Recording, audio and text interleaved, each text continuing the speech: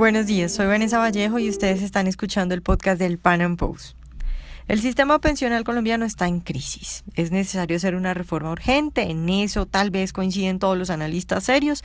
Ahora, la discusión es exactamente qué es lo que se debe hacer, cuáles son las medidas que se deben llevar a cabo, cuáles son los cambios.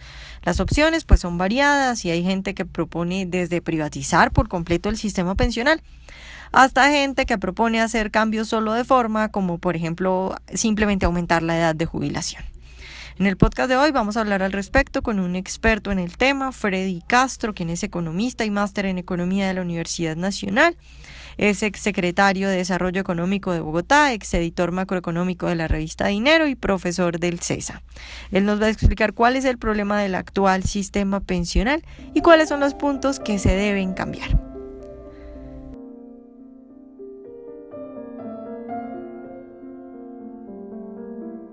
Freddy, buenos días y muchas gracias por estar con nosotros hoy. Buenos días, Vanessa, y a todos los oyentes de Pan Am Post. Bueno, Freddy, pues nuestra idea hoy es hablar del sistema pensional colombiano y pues yo lo que quiero es empezar preguntándote tu diagnóstico. ¿Qué tan mal está o qué tanto aguanta el sistema pensional actual? Pues estamos muy mal porque un sistema pensional tiene tres objetivos: cobertura, sostenibilidad y equidad. Si hablamos de cobertura, solo el 23% de las personas mayores de 65 años tiene pensión. Si hablamos de sostenibilidad, el sistema no es sostenible ni en el mediano ni en el largo plazo, porque de hecho para este año nos gastamos 38 billones de pesos de presupuesto para pagar las pensiones públicas no financiadas y el otro año van a ser 41 billones de presupuesto. Esos son un poquito más de 4 puntos del PIB. Y eso es más que el presupuesto de educación, de salud, de defensa, de agricultura. O sea, haciendo un comparativo, el presupuesto de agricultura es 20 veces menos que el presupuesto de pensiones para el otro año. Y si hablamos de equidad, los dos cuartiles de ingresos más altos son los que se llevan los subsidios pensionales. Entonces, diagnóstico, estamos mal, y más que una bomba fiscal que la hay, lo que estamos viviendo es una bomba social, porque muy pocas personas están pensionadas y en los próximos 40 años serán mucho menos las personas que se podrán pensionar. Freddy, ¿y qué habría que hacer? ¿Cuáles son los puntos básicos que hay que cambiar en el sistema pensional colombiano? Hay que cambiar un montón de aspectos del sistema pensional. Porque siempre lo que se hablan es de aumentar la edad para que se pensione la gente, y eso es como ponerle paños de agua tibia al sistema, ¿no? No, eso no va a solucionar. Eso soluciona un poquito, pero eso no hace la diferencia. Hay que hacer reformas en dos aspectos. Una son reformas de tipo paramétrico. Reformas paramétricos son, por ejemplo, revisar las edades de jubilación, revisar las tasas de reemplazo, por ejemplo, en prima media, si quisiéramos seguir con colpensiones. Es, por ejemplo, revisar pensiones de sobrevivencia o sustituciones pensionales, esas pensiones las cuales fallece el pensionado y queda la esposa o el esposo recibiendo esa pensión. No sé si lo sepas, pero en ese caso se recibe el 100% de la pensión que tenía, el sobreviviente recibe el 100% de la pensión que tenía el pensionado. Entonces hay que revisar, por ejemplo, las tasas de reemplazo, si no es el 100%, sino el 50%. Entonces hay que hacer un montón de ajustes de tipo paramétricos, es decir, de parámetros, pero hay que pensar también en la estructura del sistema pensional. Pensar en la estructura del sistema pensional es hacer un diseño más de fondo. Más de fondo es, por ejemplo, acabar con esa mala competencia que hay entre el régimen de prima media y el régimen de ahorro individual con solidaridad. Régimen prima media con pensiones, régimen de ahorro individual con solidaridad son los fondos de pensiones.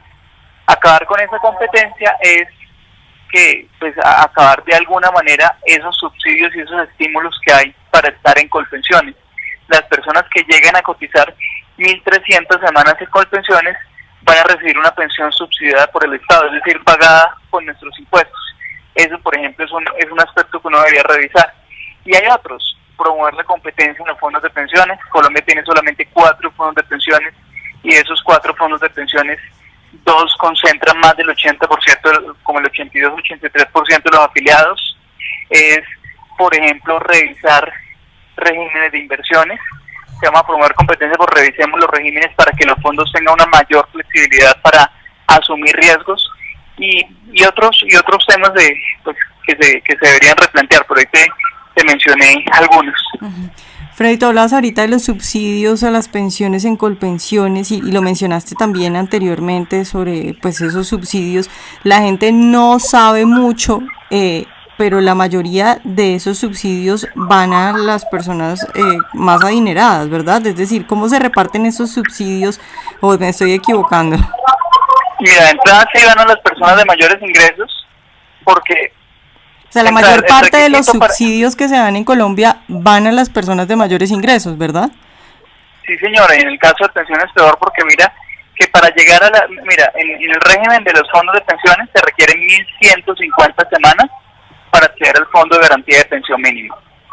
Mientras que en el régimen público de Colpensiones se requieren 1.300 semanas para acceder a una pensión según las reglas de juego que ya están definidas en Colpensiones, que más o menos que dependen principalmente del ingreso de los últimos 10 años. A partir de ese ingreso de los últimos 10 años la persona tiene una pensión. ¿Por qué empiezo diciéndolo de las semanas? Porque es más probable que los formales, que además son los que tienen mayores ingresos, puedan llegar a las 1.300 semanas que los informales. Entonces, de entrada un formal puede llegar a 1.300 semanas. 1.300 semanas son 26 años cotizados. Entonces, los formales, ¿quiénes son? Los de mayores ingresos. Y adicionalmente, porque no solamente los formales tienen una mayor probabilidad de cotizar esas 1.300 semanas, sino porque los formales son los que tienen mayores ingresos. Esos dos factores hacen de entrada que las personas tengan mayores incentivos de estar en Colpensiones, que es donde se recibe una pensión subsidiada. ¿Por qué esa pensión es subsidiada?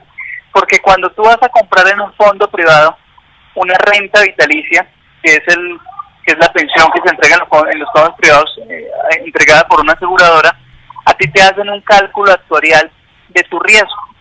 Y para medirte tu riesgo, por ejemplo, te miden si tienes sobrevivientes jóvenes.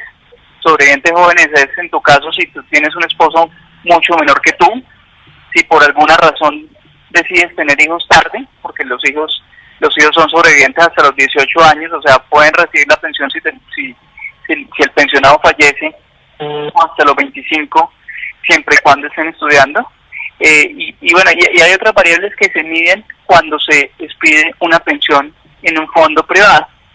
Como se miden todas esas variables, se calcula plenamente el riesgo. En Colpensiones no se calcula plenamente el riesgo, sino que se dice que el 70% o el 75% de tu ingreso de los 10 últimos años va a ser tu pensión, independientemente de otras variables. Entonces, como se calcula plenamente el riesgo, es oneroso pensionarse en un fondo privado. Se dice que una mujer de 62 años, se dice no, te comparto un cálculo mío, una mujer de 62 años que quiera tener una pensión de 2 salarios mínimos, debería tener ahorrados 274 millones de pesos. En el fondo público, pues lo que uno haya ahorrado pues no entra en juego, sino lo que haya ganado en los últimos 10 años. Y además, como lo que haya ganado en los últimos 10 años es lo que determina tu pensión, lo que hace la mayoría de las personas es pues tratar de subir sus ingresos al final de su vida laboral para poder tener una mejor pensión. Freddy, ¿tú qué opinas de esas pensiones subsidiadas? ¿Te gusta, por ejemplo, un sistema pensional como el chileno, que se enfoca más, pues bueno, es radicalmente diferente al de Colombia, pero te gustaría, te parece bien un sistema pensional como el chileno? ¿Y qué piensas de esas pensiones subsidiadas? Pues mire, ahí me hiciste dos preguntas. Entonces, primero, un sistema pensional como el chileno, en realidad uno puede tener varios tipos de apuestas: tener un sistema netamente público, tener un sistema netamente privado, tener un sistema público, ir marchitando un sistema público para quedar con un privado, o ir marchitando un sistema privado para tener un sistema público.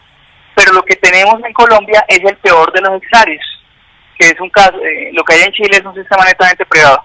Lo que hay en Colombia son dos sistemas, uno público y uno privado, que tienen diferentes reglas de juego que están compitiendo entre sí.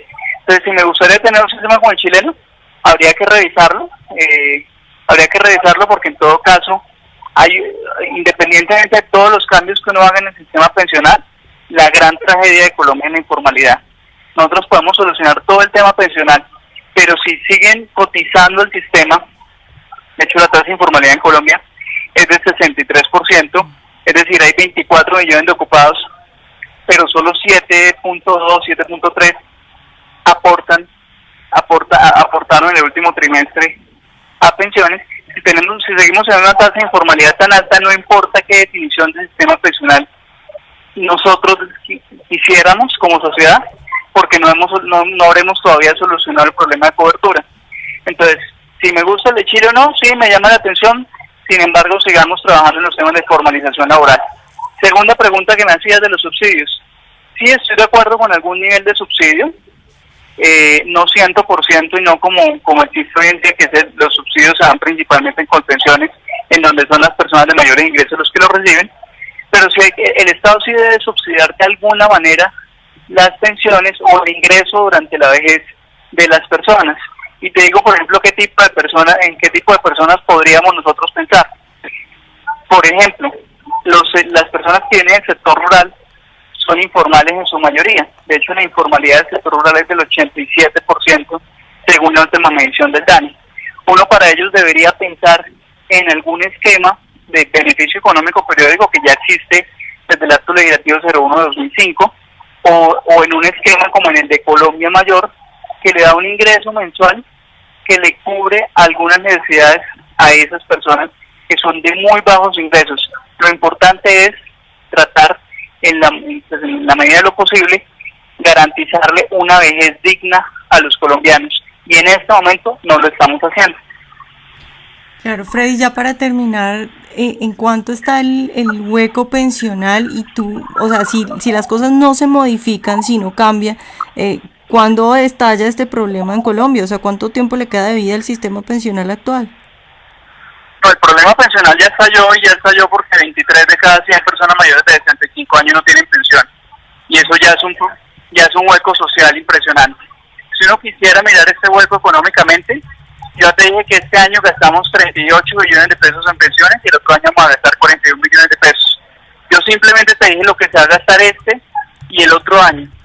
Si nosotros trajéramos a valor presente neto todo el gasto que se viene para los próximos años, el valor presente neto del pasivo pensional en Colombia es alrededor de 112 puntos del PIB.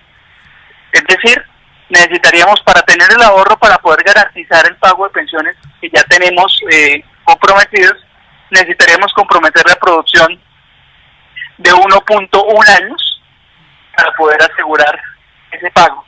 Entonces, tenemos un hueco social, sí, muy pocas personas están pensionadas, y tenemos un hueco fiscal importante que es de 112 puntos del PIB. Okay. Listo, Freddy, muchas gracias por estar hoy con nosotros. Bueno, muchas gracias, Vanessa, y saludos a todas las personas de Panam Post. Ojalá hayan disfrutado esta entrevista de hoy. Recuerden seguirnos en nuestro canal de YouTube y en nuestras redes sociales para escuchar todos nuestros podcasts. Nos vemos en un próximo Panam Podcast.